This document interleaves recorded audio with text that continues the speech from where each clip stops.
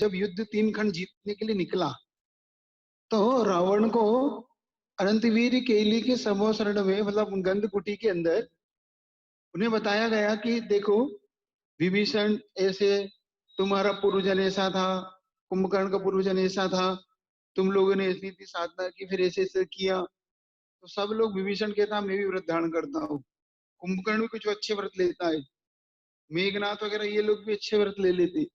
फिर इतने में रावण से कहते हैं, तो रावण कहता मैं तो नहीं लेता, तुम सब लो, मुझे विश्वास है भगवान की वाणी बहुत, जो अनंतवीर स्वामी ने कहा बिल्कुल अच्छा कहा, तो आप व्रत क्यों नहीं लेती? तो कहता अब सोचता है कि कहीं इज्जत खराब होगी, क्या करूं, कोई सा व्रत लूं। तब वो उसके मन में आता है कि ऐसा व्रत लूं तो व्रत भी ना हो और मेरा काम भी हो जाए। तो उसके मन में ये बात आती है कि ऐसा व्रत ले लेता हूँ, संयम भी धारण नहीं करना पड़ेगा, ठीक है, तो जो स्त्री मुझे नहीं चाहेगी मैं भी उसे जबरन हासिल नहीं करूंगा, बस ठीक, व्रत भी हो गया, लोग सामने इज्जत भी हो गई, उसे ये बात घमंड तो था ही कि मुझे कौन नकारेगा।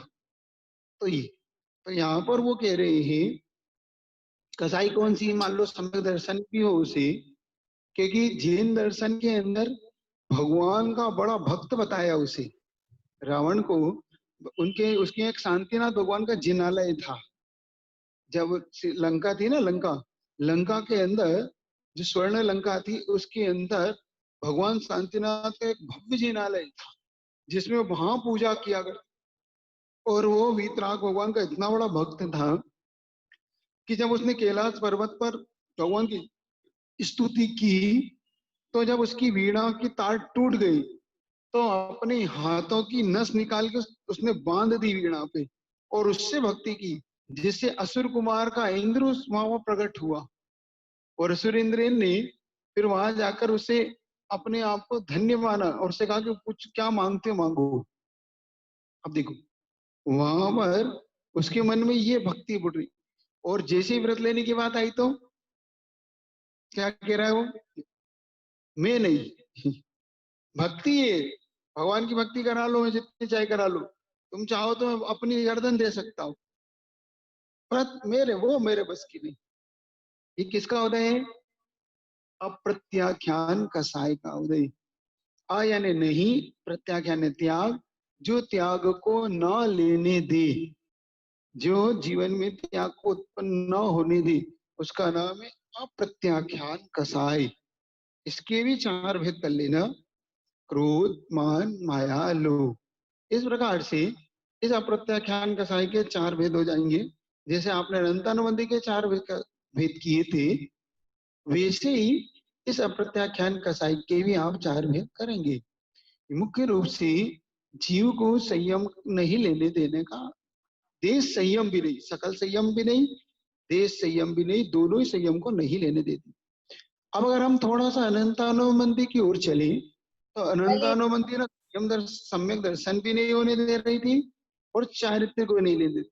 इसने सम्यक दर्शन का घात तो नहीं किया, सम्यक दृष्टि तो बना के रखा, लेकिन इसने चारित्र को नहीं लेने, क्या नहीं करने दिया।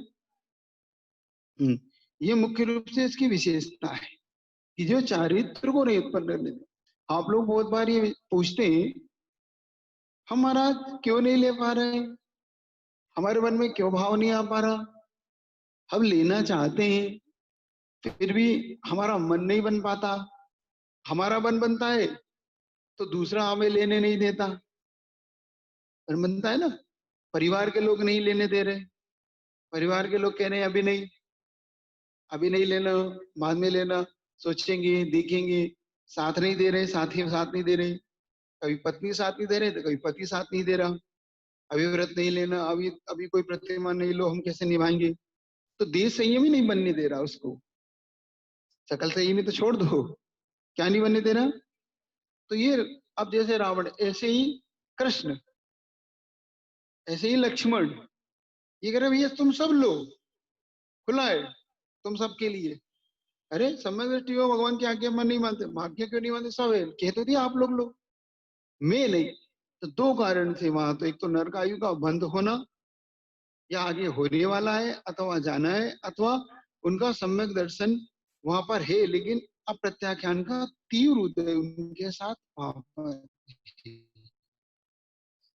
तो यहाँ पर अप्रत्याख्यान कसाय अनंतानुबंधी के बाद दूसरी कसाय है। यहाँ पर वो दोनों तरफ से आप लगाना, ये चार जो कसाय है, अनंतानुबंधी, अप्रत्याख्यान, प्रत्याख्यान और संजलन। अनंतानुबंधी के साथ से तीनों कसाय का उदय भी रहता है, अनंतानुबंधी का भी, अप्रत्याख्यान का भी, प्रत्याख्यान संजलन का। लेकिन अप्रत्याख्यान के साथ सिर्फ अनंतानुबंधी का तो अनुदय हो जाएगा, मतलब उदय से रहित हो जाएगी, और उसके साथ प्रत्याख्यान, अप्रत्याख्यान और संजलन का उदय होगा। थोड़ा सा पढ़ो, बहुत दिन बाद आने से भी ऐसा होता है। कोई बात नहीं, थोड़ा आप पढ़ेंगे ना तो आपको आ जाएगा, कोई बात नहीं। क्योंकि मुख्य रूप से इसको इसलिए भी समझना है क्योंकि कसाई का अर्थ होता है जिससे जो हमें संसार में रोका हुआ है। आपके आपका भाव तीर्थंकर के समोसरण में भी जाके क्यों नहीं बना, केवली के चरण में जाके भी आपके मन में संयम लेना अथवा मोक्ष का मार्ग क्यों नहीं खुल पाया आपका। आप क्या पहली बार भगवान के समोसरण गए होंगे? कभी नहीं गए, ऐसा तो ही नहीं। आपने कई बार शायद भगवान के समोसरण में आप गए हो, बाहर से होके आ गए, भगवान के समोसरण में गए तो पुनः लौट के आ गए, मिथ्यात के मिथ्या दृष्टि रह गए, है ना। बहुत बार गए, मुनि महाराज की बात सुनी, बाद में आपने कह दिया भाई ठीक है, अब क्या हमारे बस का नहीं। आपने प्रवचन सुने, आचार्य जैसे साधक के दर्शन कर लिए, जिनवाणी सुन ली, जिनवाणी पढ़ के भी आपको अच्छा लगा, फिर भी आपके ना सम्यक दर्शन के भाव हुए, ना आपके चारित्र के भाव हुए, तो आखिर उसमें कोई कारण तो होगा। ये कारण जो आप पूछते हो उसका उत्तर यहाँ दिया जा रहा है। क्या आपको ये पढ़ाना का उपदेश क्या है? आप जिस कारण को खोज रहे हो उन कारणों को यहाँ पर बताया जा रहा है कि वो कारण क्या है, किन कारणों से जीवन में इस प्रकार का भाव आ रहा है, किस कारण से उसको ये सब प्रकट हो रही, तो वो कसाई कौन सी है, यहाँ पर उसका लक्षण आपके सामने दिया गया। तो वो लक्षण कसाई के कौन कौन से हैं? तो अप्रत्याख्यान क्या कर रही है, अनंतानुबंधी क्या कर रही है आपका। तो अनंतानुबंधी को पहले हम आपको बता चुके, दो प्रकार से ना वो आपको सम्यक दर्शन उत्पन्न हो दे रही, मतलब आपका जो मिथ्यात्व का भाव है उसके मिथ्यात्व के भाव को तोड़ने नहीं दे रही आपसे। क्या आपका जो अंदर का मिथ्यात्व का भाव है, आप सोच भी रहे हैं, विचार भी कर रहे हैं, वास्तव में महाराज जी ठीक कह रहे हैं, हम शास्त्रों में ठीक पढ़ रहे हैं, फिर मिथ्यात्व छोड़ देना चाहिए, और आप थोड़ा बहुत मन बना रहे हैं, घर पे जाके नहीं नहीं अपने कुछ ऐसे कैसे छोड़ देंगे, हाँ ये तो परंपरा चली आ रही, हमारे ऐसा थोड़ी होता है, हमें भी बुरा लग जाएगा। अपने बाप दादाओं को पूछते आ रहे हैं, हम पितृ पूजा करते आ रहे हैं, हम अमावस्या को दूध रखते आ रहे हैं, हम अमावस्या को थाल निकाला, हमने उनके मरण के दिन में श्राद्ध किया, नहीं तो बहुत बुरा मान जाएंगे। ये आपके अंदर वो भय प्रकट होता चला। क्या ये कौन करा रहा है? ये कसाई, वो कसाई का उदय आपके अंदर ऐसा हो चुका है। अब देखो, कसाई के उदय को तोड़ना आपको ही है। उपदेश बाहर से दिया तो जा सकता है, आपके अंदर के परिणामों को नहीं तोड़ा जा सकता, वो आपको तोड़ना है। परिणाम तो आपको तोड़ना पड़ेंगे ना। हम तो, कोई भी डॉक्टर क्या लिख सकता है? दवाई लिख सकता है, डॉक्टर आपको दवाई दे सकता है, खाना किसको है? आपको। दवाई आपको लेना पड़ेगी। आप घर जाके दवाई फेंक दो, चिट्ठी फेंक दो, तो डॉक्टर क्या करेगा उसमें? फिर आपको कि महाराज मतलब हमारा ना बुखार जा रहा है, ना हमारा कोई रोग ठीक हो रहा है, डॉक्टर साहब ने कैसी दवाई दी। तो दवाई डॉक्टर क्या करेगा? वो ये खाई किसने? नहीं हमने नहीं खाई, तो कौन खाएगा? डॉक्टर थोड़ी खाएगा। आपके लिए जैसे डॉक्टर दवाई देता है, आप खाते हो तो आप ठीक होते हो। शिक्षक पढ़ाता है, छात्र पढ़ता है, तो नंबर आपके आते हैं। तो आपको पढ़ना है, आपको नंबर लाना है, तो ये आपको करना है। समझ रहे हैं ना? तो ये अनंतानुबंधी कसाई को भी आपको ही तोड़ना है, कोई तोड़ने नहीं आएगा आपकी कसाई को। हाँ, आपके तोड़ने के निमित्त जरूर बनेगा कोई ना, चाहे वो देवशास्त्र गुरु बने, चाहे शास्त्र बने, चाहे महाराज का उद्देश्य बने, उपदेश बने, महाराज की मुद्रा बने, चाहे उनका दिया हुआ शास्त्र का आशीर्वाद बने, कुछ भी बने, लेकिन करना आपको पड़ेगा। आप अगर हिम्मत नहीं करेंगे तो अनंत काल के लिए इस मिथ्या पे भटक रहेंगे। उन्होंने यहां तक कह दिया कि एक तरफ जहरीला सांप हो और एक तरफ सरागी देवी देवता हो, तो जहरीले सांप से कटाना अच्छा, लेकिन सरागी देवी देवता की शरण में जाना अच्छा नहीं। क्या क्या उस जहरीले सांप से कटवा लेना अच्छा है। क्यों? उन्होंने कहा जहरीला सांप काटेगा तो एक ही भाव में मरोगे, लेकिन अगर तुम सरागी देवी देवताओं का आलम्बन ले लोगे तो ना जाने कितने भवों भवों तक तुम मरोगे।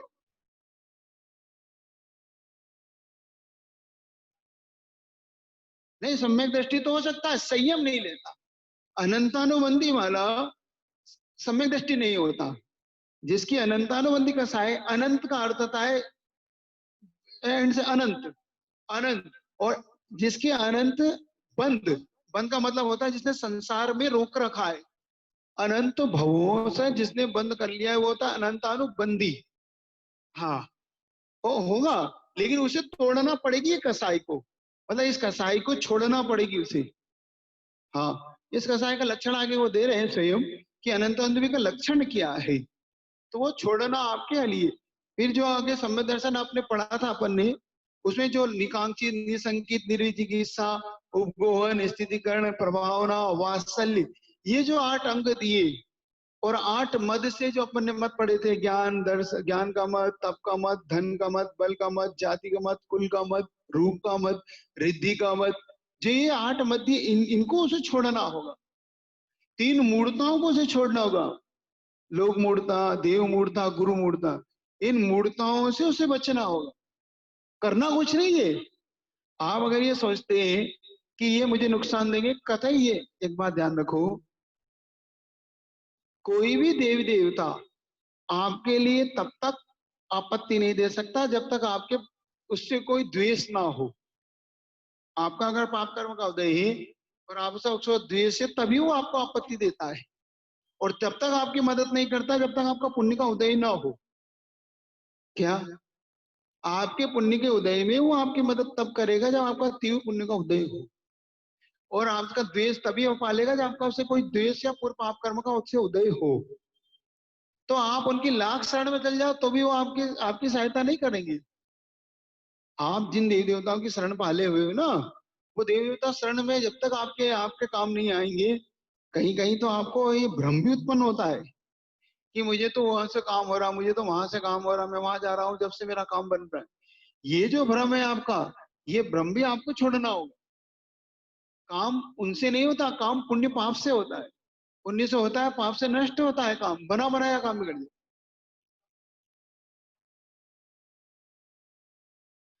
जिनेन्द्र भगवान के प्रति होने पर फिर भी कथनचित चलमल अगाड़ दोष है वो। मतलब आपकी अगर ये भावना जिनेन्द्र भगवान की है कि मुझे पक्का विश्वास है कि जिनेन्द्र भगवान की भक्ति करने से मुझे सुख उत्पन्न होगा, तो सुख उत्पन्न होगा, ये भावना तो फिर भी ठीक है। लेकिन उनसे रागी देव देवताओं से भावना उत्पन्न करना, तो ये तो अपने समय दर्शन को ही नाश करना है। क्योंकि स्वयं समंतमत स्वामी कह रहे हैं कि समय दृष्टि के कौन कौन से पद होते हैं, चक्रवर्ती, नारायण, नवींद्र पद, और वैभव, वैभव, सर्वांग सुंदर, है ना, सकल इंद्री, ज्ञानवान, रूपवान, ये सब किसके पद होते थे? सम्यक दृष्टि के लिए। उच्च कुल, तो ये सम्यक दृष्टि के ये सब प्राप्त होते हैं। आप मिथ्या दर्शन के साथ इनको प्राप्त कतई नहीं कर पाओगे, और कर भी लिया तो तत्काल पुण्य है, ऐसा पुण्य आपको पुनः नीचे ले जाता है। ये पुण्य, पुण्य क्या करता है? ये एक पुण्य पाप का अनुबंध करवाता है। मिथ्या दृष्टि को जो पुण्य होता है ना, वो सब आगे जाके पाप का अनुबंध करवाने वाला होता है। अपनी यहाँ पुण्य की भी 4 विवक्षाएं हैं। पुण्य, पुण्य, पुण्य करना बुरा नहीं है, लेकिन पुण्य समझो तो कौन सा पुण्य हमें करने की योग्यता रखना चाहिए, जो हमें परंपरा से मुक्ति को दिलाए, पुनः ये उच्च कुल मिले, पुनः हमें देवशास्त्र गुरु की सानिध्य मिले, और पुनः पुनः उस पुण्य के माध्यम से हम फिर इस देवशास्त्र गुरु के सानिध्य पाकर आत्मा का कल्याण कर सके, वो पुण्य हमारे काम का है। वो पुण्य की तो हम चर्चा करते नहीं। ठीक है, तो यहाँ पर जो प्रत्याख्यान अनंत निकाह है, उस अनंतानुबंधी को तोड़ना आपको पड़ेगा, उस अनंतानु कसाई को आपको ढीला करना पड़ेगा। ये विखता यहाँ पे चलिए, प्रत्याख्यान। अब देखिएगा, अप्रत्याख्यान का उदय याद रखना आप लोग। अप्रत्याख्यान का उदय मुख्य रूप से देश संयम को घातने वाला होता है, देश संयम को नहीं लेने देता। अब आ रहा है प्रत्याख्यान। पहली कसाई कौन सी हो गई? दूसरी कसाई, तीसरी कसाई। अब प्रत्याख्यान का मतलब अपने विचार किया था त्याग। त्याग तो है प्रत्याख्यान का, लेकिन जो सकल त्याग को ना करने दे, सकल संयम का घात करे, मतलब जो मुनि इत्यादि न बनने दे, महाव्रतों को ना लेने दे। क्या ना करने दे? वो महाव्रतों को ग्रहण ना करने दे। ये काम है प्रत्याख्यान का। सम्यक दर्शन का नाश नहीं करती क्या? ये क्या करती है? ये सम्यक दर्शन का नाश नहीं करती, देश संयम को भी लेने देती है कि आप देश संयम मतलब प्रतिमा इत्यादि, आप एलक छुल्लक आरी का ये तो बन जाओगे। महाव्रत की बात आएगी, ये आपको मुनि नहीं बनने दी। वो कहती नहीं, ये नहीं ले सकते। और ऐसा होता है, तीव्र उदय होता है। देखो, देने वाले देना चाहते हैं दीक्षा, लेने वाला दीक्षा लेना चाहता है, लेकिन ये कसाई कहती मैं लेने नहीं दूंगी। ऐसा हुआ है, ऐसा बहुत बार हुआ, देखते देखते हुआ। आप पूज्य गुरुवर के सानिध्य में ऐसा हमने देखते देखते देखा कि एक ब्रह्मचारी जी दीक्षा लेना चाहते हैं, तैयारी भी हो जाती है उनकी दीक्षा की, आचार्य से आशीर्वाद भी देते हैं, वो लेना भी चाहते हैं, लेकिन उन्हें इतना अंतराय आना शुरू हो जाता है कि उनके ग्रास में चींटी निकलना शुरू हो जाती है। क्या? हाँ, इधर भोजन करने बैठे, क्या है? चींटी, चीटा, जिंदा, एक नहीं तीन तीन शोधन करके दे रहे। लेकिन कसाय कौन सी? अपन तो वो ठीक है, क्या है मुख्य तो उसका चारित्र मोहिनी का ती उदय है ना, जो उसे लेने नहीं दे रहा। सब शोधन कर रहे हैं, यहाँ तक कि एक बार तो सुना था कि गुरुजी का मेरे सामने कराओ, मैं देखता हूँ। तो बस उन्हें इन्हें शोधन किया, ब्रह्मचारी जी ने शोधन किया, आचार्य जी खड़े होकर देख रहे हैं, हाँ देव शोधन करके, और ब्रह्मचारी जी को दिया, लीजिए ब्रह्मचारी। अब ये तो पूरा शोधन किया, बाल नहीं चिटे नहीं, कुछ नहीं, उन्हें ऐसा लिया, उन्होंने बना लिया। यार नहीं, रुक जाओ, है उसमें कुछ, देखा तीन चीटी। उन्होंने कहा भैया अब नहीं लेना। तो ये कसाई का तीव्र उदय लेने नहीं देता। क्या? क्यों? नहीं, हो ही नहीं सकती, लेगा कैसे? चारित्र मोहिनी का उदय है, कर्म का जब तक तीव्र उदय है, गुरु जी को भी कहना पड़ गया अभी आपके कर्म का तीव्र उदय है, इसलिए आप भावना भाव। अभी आपकी अब चर्चा नहीं कर, क्यों? क्योंकि मान लो दीक्षा लेने के बाद आ गया तो क्या करेंगे फिर? फिर समाधि थोड़ी करना है, फिर तो भी फिर दीक्षा छोड़ना है, फिर नहीं। तो ये हो जाता है, चाहे तो मोहिनी का तीव्र उदय से बंध जाते हैं। इसलिए इस कसाई के उदय में अब ये स्वयं भी लेता नहीं और लेने नहीं देता। तो जो लेने नहीं देता वो अब क्यों क्यों बंधता है? ये जो संयम लेना चाहता है, या तो कोई उसे विघ्न उत्पन्न कर देता है, अथवा लेने नहीं देता, अथवा उसके बारे में इस प्रकार का कार्य कर देता है कि वो ले ना सके। क्या?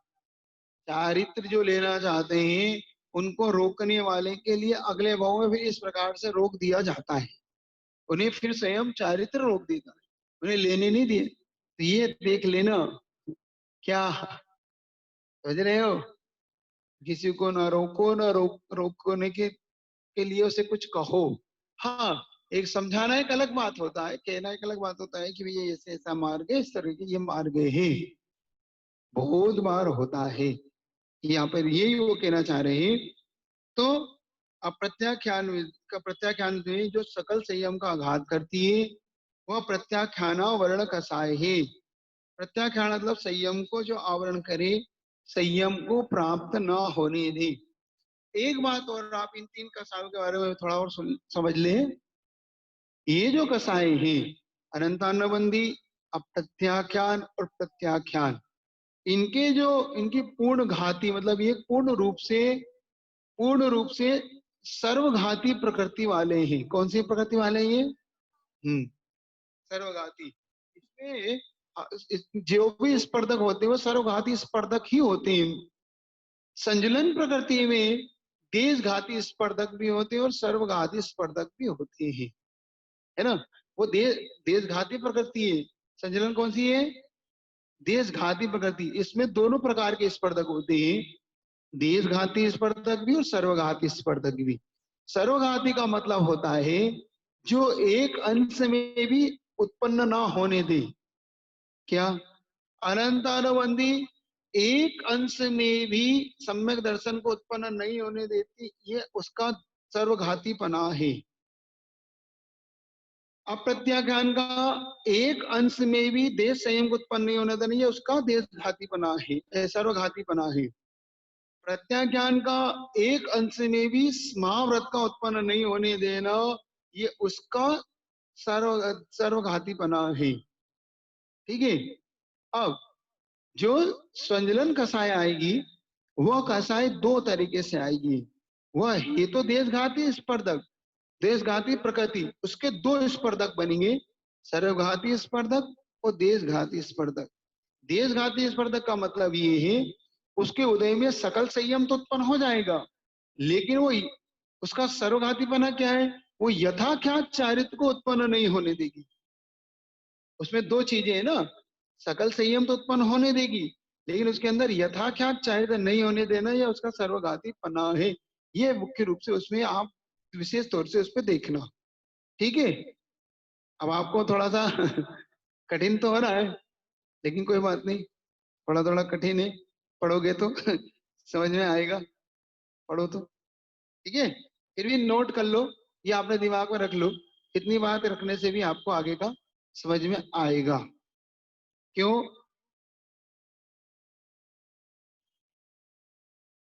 अनंतावंदी, अप्रत्याख्यान, प्रत्याख्यान, ये सर्वघाती प्रकृतियां हैं तीनों।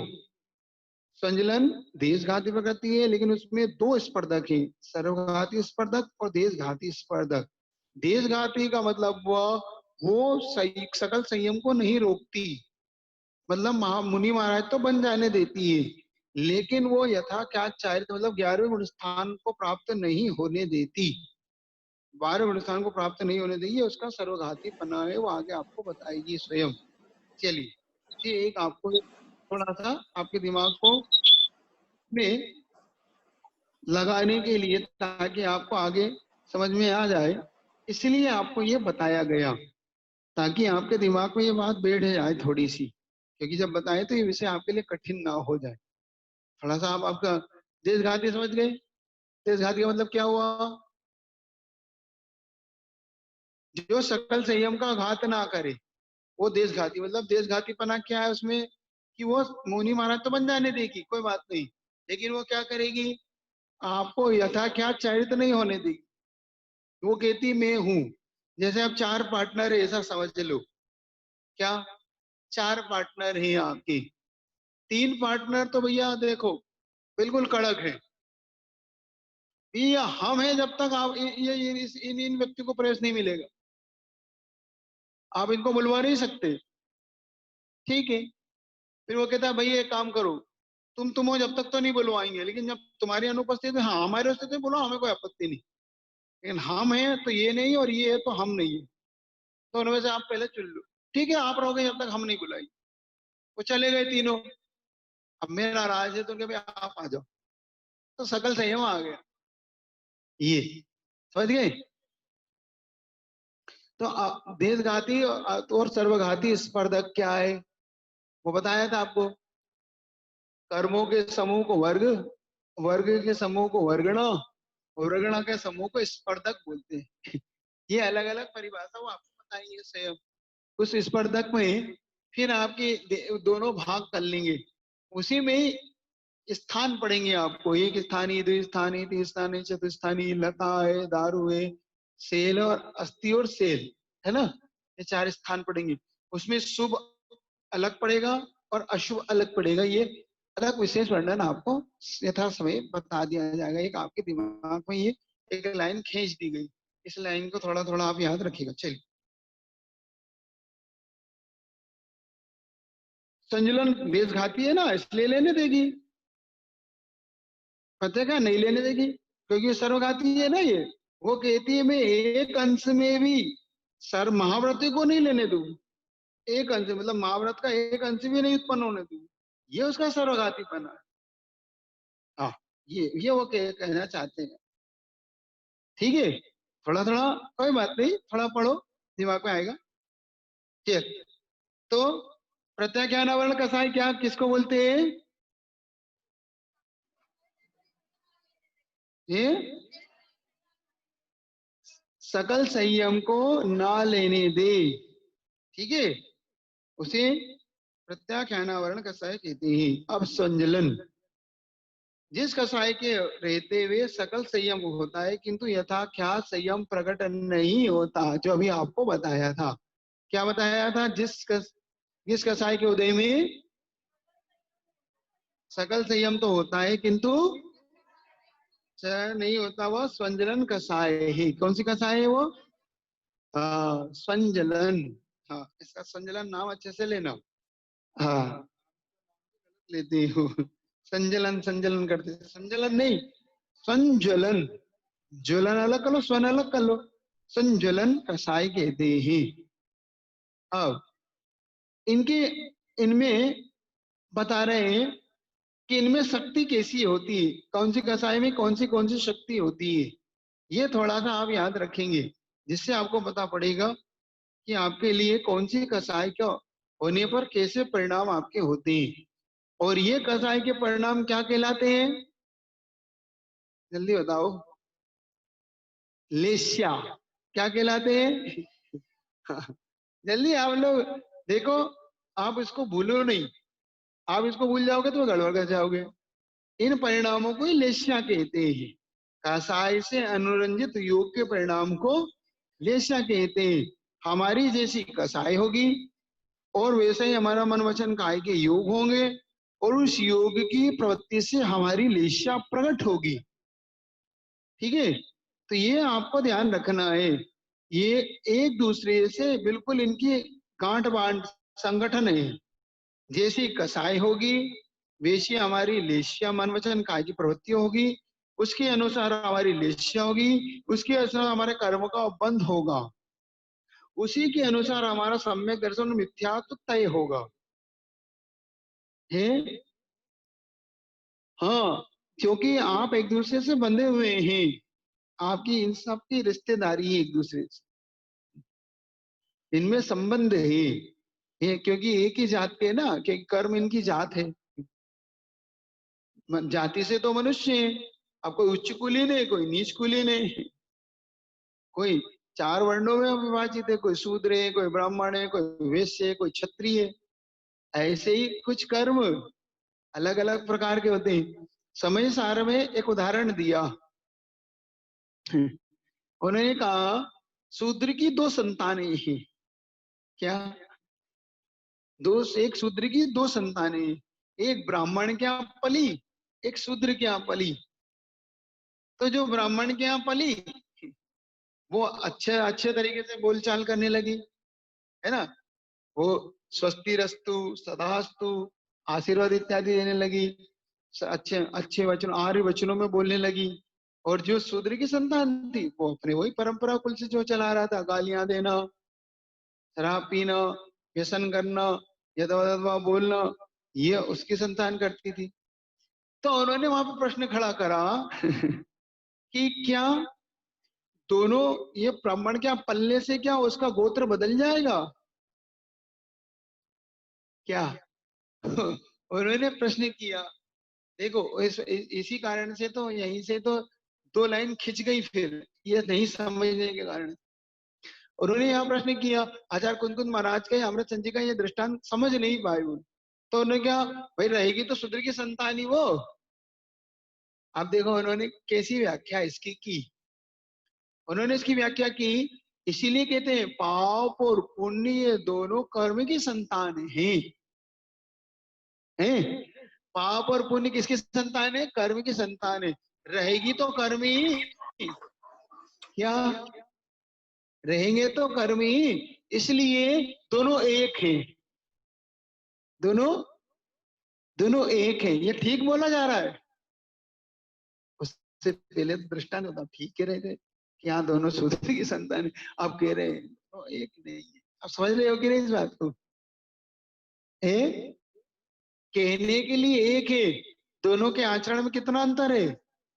आचरण में कितना अंतर है? एक जमीन है तो एक आसमान है। दोनों के आचरण में महान अंतर है। एक जमीन है तो एक आसमान है। दोनों को किस विवक्षा से वहां पर एक कहा, ये आवाज समझने की दृष्टि लाइएगा। क्योंकि मंद कसाई होने पर यह आ सकता है, तीव्र कसाई के उदय में आपको समझ में नहीं आ सकता। तीव्र कसाई के उदय में व्यक्ति इस दृष्टांत का सही मायना नहीं निकाल सकता। वहां पर उन उन मुनि महाराजों को संबोधित किया गया था, जिन मुनि महाराजों के लिए पुण्य पाप, उन्हें कहा भैया आप ना पुण्य में पढ़ना ना पाप में पढ़ना, आप तो अपनी शुद्ध आत्मा का आश्रय लेना। इस कर्मों के उदय में अच्छा और बुरा ये तो होता रहता है। क्या उन्होंने क्यों दृष्टांत दिया था कि आपके साथ सातावेदनी का उदय हो चाहे असातावेदनी का उदय हो, दोनों में आपको साम्य भाव रखना है। दोनों में आपकी समता कहीं भी डिगने नहीं चाहिए। नहीं तो आप सातावेदनी में फूल जाओ, असातावेदनी में दुखी हो जाओ। क्योंकि दोनों ही कर्म की संतान है और दोनों कर्म रहेंगे, तब तक आपको मोक्ष नहीं होगा। ये उनकी शर्त थी। क्या शर्त थी? दोनों जब तक हैं, पुण्य प्रकृति प्राकृति जब तक आपके पास रहेगी, तब तक इस जीव को मुक्ति की प्राप्ति नहीं होती। बिल्कुल ठीक है, अरिहंत भगवान को भी जब तक पुण्य प्रकृतियां रहती हैं, तब तक उन्हें भी मोक्ष नहीं होता। उन्हें भी उन प्रकृतियों के निर्जरा कर, जब अपने आप ही चौदह स्थान पहुंचते हैं, वो अपने आप ही वहां पर कोई 85 प्रकृति का क्षय हो जाता है। तो ये जो कहा जा रहा है, तो ये किसके लिए? और उदाहरण दिया जा रहा है श्रावकों को। दाष्टान साधुओं का है, दिया श्रावकों के लिए दिया जा रहा है। तो श्रावक की अब क्या दशा होगी? आप श्रावकों की क्या दशा होने वाली है अब बताओ? आपने पाप तो छोड़ा नहीं और पुण्य छोड़ने का मन बना लिया। पाप तो आपसे छूटा नहीं, क्योंकि श्रावक का पाप छूट गया नहीं छूटा। और पुण्य को क्या कहने लगे? वो शूद्र की संतान है ये तो। दोनों एक हैं, दोनों एक हैं, दोनों एक हैं। और दोनों एक कहते कहते उन्होंने क्या मन में बना लिया? अब श्रावक के दिमाग में क्या घर बैठ गया? जो श्रावक था, उस श्रावक के मन में उस पुण्य के प्रति उपेक्षा का भाव होने लगा। तो पुण्य के प्रति कैसे उपेक्षा का भाव लगा? कि उसने पुण्य की क्रियाओं में उपेक्षा कर दी, जो उसके जीवन को चलाने वाली थी, उसके जीवन को संभालने वाली थी।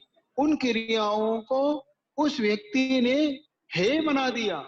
उसने उस क्रियाओं के लिए उपेक्षा का भाव ले आया। वो श्रावक ना पूजा करना चाहता है, ना वो श्रावक अब अभिषेक नहीं करना चाहता है। व्रत नियमों को वो हे ही मानता है।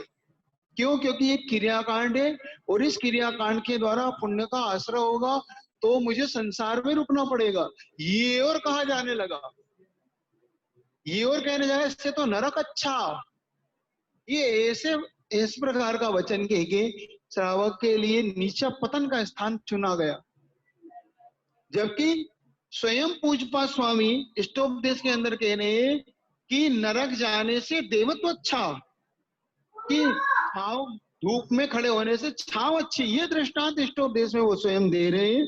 और इससे विद्वान अपने आप को अब तथा कथित विद्वान ही कहना, सो कॉल्ड उन्हें विद्वान कहना चाहिए, कि जिन्हें यही नहीं पता कि अभी नरक और स्वर्ग क्या एक है, पुण्य पाप को एक कह रहे, वो हिम्मत उनकी कितनी है ये तो देखो आप। किसके लिए दृष्टांत था? इसलिए कहते हैं, जो माँ ये नहीं समझ पाती कि कौन से बेटे को कौन सा भोजन देना, वो माँ नहीं है, माता नहीं, कुमाता है। उसे यही नहीं पता कि मेरे 2 साल का बेटा है, कि 1 साल का बेटा है, कि मेरा 10 साल का बेटा है, कि 25 साल का बेटा है, मुझे अब इसको कौन सा भोजन देना। क्या 1 साल के लिए बेटे के लिए आप रबड़ी दे सकते हो, घी पिला सकते हो? वहां पे आपको घी पिलाया जा रहा है और आप भी ऐसे खुश हो रहे हैं कि हमें तो घी पीना है, हमें घी पीना है। नहीं पिलाए जाते भैया। इसीलिए आप लोग को वहां पर बहुत अच्छे सोचना है। तो इसलिए इस बात को यहाँ पे निकाल दिया कि पुण्य पाप कभी भी है नहीं है, आपके लिए पाप ही